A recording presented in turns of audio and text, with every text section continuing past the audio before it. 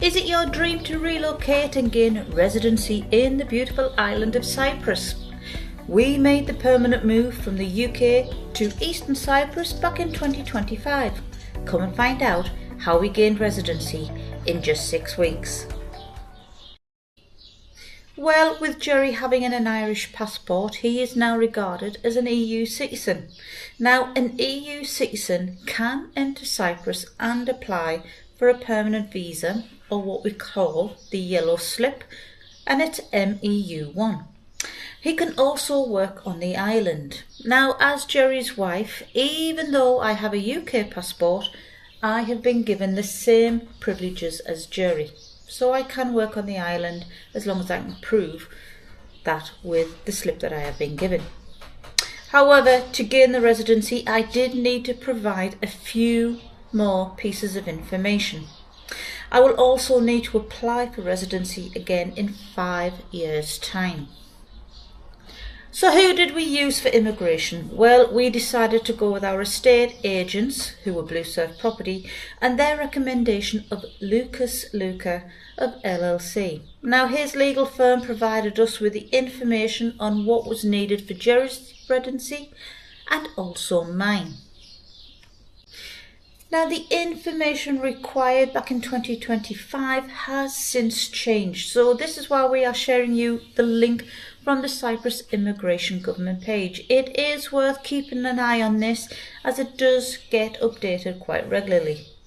Now, any questions, please, people, it's ideally put forward to your immigration lawyer, as we can only tell you what we went through personally, and because you will all have your own different pathways and different circumstances and how requirements have changed, we may not give you the best of answers, but we can help you as much as we possibly can. So let's take a look at what is needed for the UK passport holders. Now, for the spouse of a European citizen, the current recommendations, which we have just found on the website, are you will need a copy of a valid passport, and the original passport must be presented on your application date at the immigration offices. Now, we went to Paralimni for this, and it's in the police station. So if you need help with where it is, just Google map it or just let us know. Now, you will also need a copy of a valid passport or identity card of the European citizen whose applicant is the family member. Now, that needs to be presented with the original passport on submission. You will need a copy of the registration certificate, MEU1, or the yellow slip of the European citizen. You will need a marriage certificate or civil partnership. If the marriage or civil partnership took place in the Republic, you will need the non-impediment certificates, and they must be presented by a competent authority of the country of origin. They need to be certified and translated. Now, the originals must also be presented upon submission. You are going to need the birth certificate of children, duly certified and translated where this is applicable. You will need a signed declaration of harmonious cohabitation of the couple at their officially declared address. Now, this wasn't present last year for us, so this is a new one. You will need an affidavit declaration by the European citizen about the assumption of expenses of his or her spouse. You will need a signed employment certificate from the European citizen's employer. You will also need a signed employment certificate from the employer of the European citizen's spouse. Now, we didn't need this at all when we gained our residency. Again, this is new. Now, you may need this, you may not need that, but please check with your immigration lawyer. You will need the certificate of registration of the European citizen with a social insurance services and detailed statement of the contributions to what we call the Getty Fund. If the European citizen is not working, they need to present evidence of the existence of a stable and satisfactory income. Now, last year when we gained our residency, we did need to provide statements of our income and where that money had come from. Now in this recording we will also share the links to if you are going to bring children over as well, and they do have to provide other pieces of information as well. You can see on the screen in front of you I will have added these documents that you can have a read through.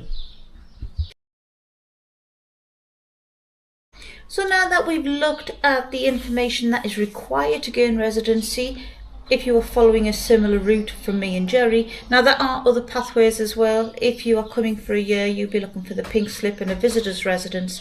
There are different requirements, so please check the government website, talk to your immigration lawyer.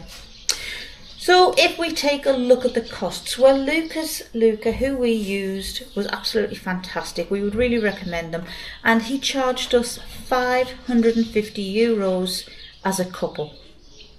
He then charged us €175 each for the health certificates and the repatriation. You do need the health certificate to show for your residency, please remember that one. Now, can we advise you all to do your research when it comes to gaining your own residency and the costs involved? There are a lot of firms on the island that will charge double than what we were charged, and sometimes they will charge a cost for each person who's coming in and for each child. Now we have heard that people have been charged €4,000 or €5,000 just to gain residency, and that's a lot of money. It really is. So please do your research, contact the firms by all means, but find out the costs and then make up your mind. Try to get recommendations as well. Now, when you go for your immigration appointment, and like I said earlier, ours was at Paralimni at the police station, they will charge you €20 each to get your residency. Now, different pathways have different costs, and remember, we are going with an EU passport and a UK passport. So, like I said, it cost us €20. We did need the biometrics, we need the fingerprints, and Jeli only needed the photo. So I will gain the residency card, but we do have to wait up to 6 months for that. So we are just about to go to Paralimni and go and collect ours. We're going to see if it's ready for us. That will have everything that we need, and then we are all right for another 5 years. And then in 5 years, we will go through the whole process again. We do hope this video has helped you all. If you've got any questions, by all means, we can only give you the guidance on what we have gone through. It has all changed. So please make sure that you talk to your own immigration solicitors, lawyers, or the firm. But like I said, we hope this has helped.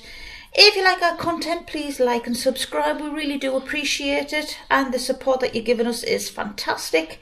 If there's something that you would like us to go, not necessarily for the immigration, if you're coming on holiday and you're just looking at this video for interest, by all means, send us a message. We really do not mind.